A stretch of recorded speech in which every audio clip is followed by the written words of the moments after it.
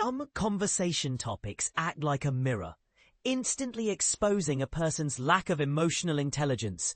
And it's fascinating, sometimes unsettling to watch. These are the moments that clearly separate those who effortlessly read the room from those who unintentionally make everyone want to leave. But here's where it gets controversial. Is emotional intelligence something we're born with, or can it genuinely be learned? Let's dive into 8 such topics that reveal whether someone truly understands the emotional currents beneath social interactions.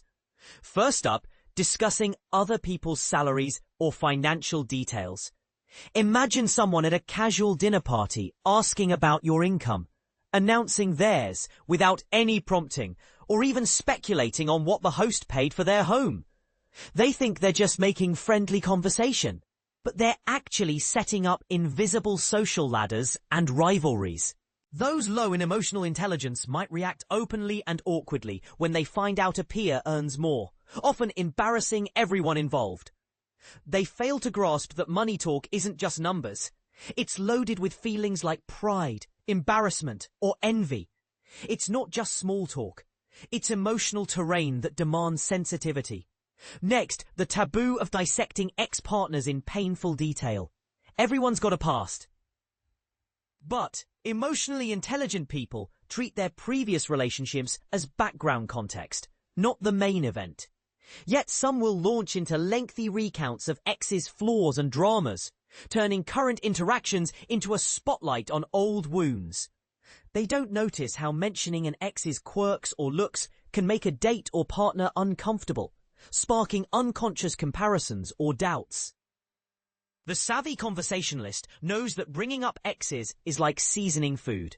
Just a pinch. Enough to add flavor, but never overwhelming. Then there's commenting on other people's physical appearances. Phrases like, "Has she gained weight?" or "You look tired," aren't just harmless observations. For people lacking emotional savvy, these remarks reveal a blind spot between what they think and what they say. They overlook how bodies tell stories about health struggles, life changes, or emotional battles, and how such comments can hurt without needing to. Yes, some argue they're just being honest, but honesty without kindness often feels more like cruelty disguised as candor. Politics is another hot button. While it's natural to have strong views, emotionally intelligent individuals know the nuance between sharing opinions and trying to convert others. However, those with low emotional IQ tend to escalate any political difference into a full-blown crisis, speaking louder, citing articles hastily skimmed, or assuming silence equals agreement. They don't realize that what they see as passionate debate, others experience as exhausting tension, especially in settings meant for relaxation like family dinners. Then comes the oversharing of therapy breakthroughs.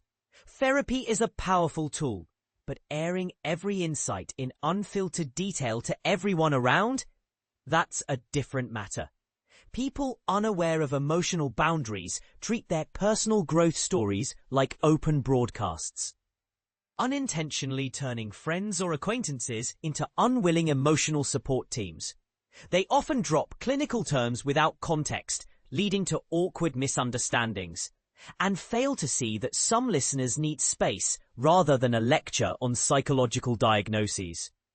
Comparing children or parenting choices is another minefield.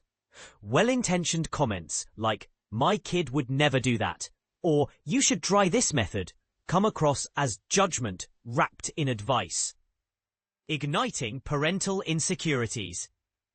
Emotional intelligence shines when one respects that parenting is deeply personal and emotionally charged, carrying every parent's hopes and fears. Those who lack it unknowingly trigger anxieties and competition instead, turning what could be supportive conversation into a minefield of unwelcome critiques. Similarly, sharing graphic health details or medical procedures without gauging the audience can create discomfort. While everyone has health experiences, narrating exhaustive surgery stories or bodily functions like a theatrical performance often alienates listeners, some of whom might be grappling silently with serious illnesses. Knowing when to keep medical talk brief or more private is part of emotional awareness. Understanding that too much detail isn't always helpful or welcome. Finally, the dreaded inquiries about having children. Questions like, when will you have kids? May seem harmless, but for many, they're loaded with pain or deeply personal decisions. Infertility, loss, financial hurdles, or simply different life choices. Those lacking emotional intelligence push past polite deflections, treating reproduction like public property, often turning polite curiosity into intrusive interrogations. They don't realize that such questions can leave people scrambling to escape emotionally charged terrain. Here's the important takeaway. Low emotional intelligence isn't about being bad. It's more like lacking a key skill set. These conversational missteps can make social situations exhausting and awkward. But beneath it all, many of these people genuinely want connection. They're navigating with outdated social software, operating on old rules and sometimes poor examples. The good news? Emotional intelligence can be cultivated. Every awkward or painful conversation can become a learning opportunity, provided someone is willing to reflect and grow. Nobody has perfect emotional intelligence. Human interactions are complex. But what truly matters is whether someone can stay attuned, adjust their approach, and remember that meaningful conversation isn't about dominating the dialogue, but about showing genuine interest in others. So, do you agree or disagree that these topics reveal a person's emotional intelligence? Or do you think some are just unfairly labelled off-limits in the name of politeness? Let's get the conversation started. Your insights might just be the game changer someone needs.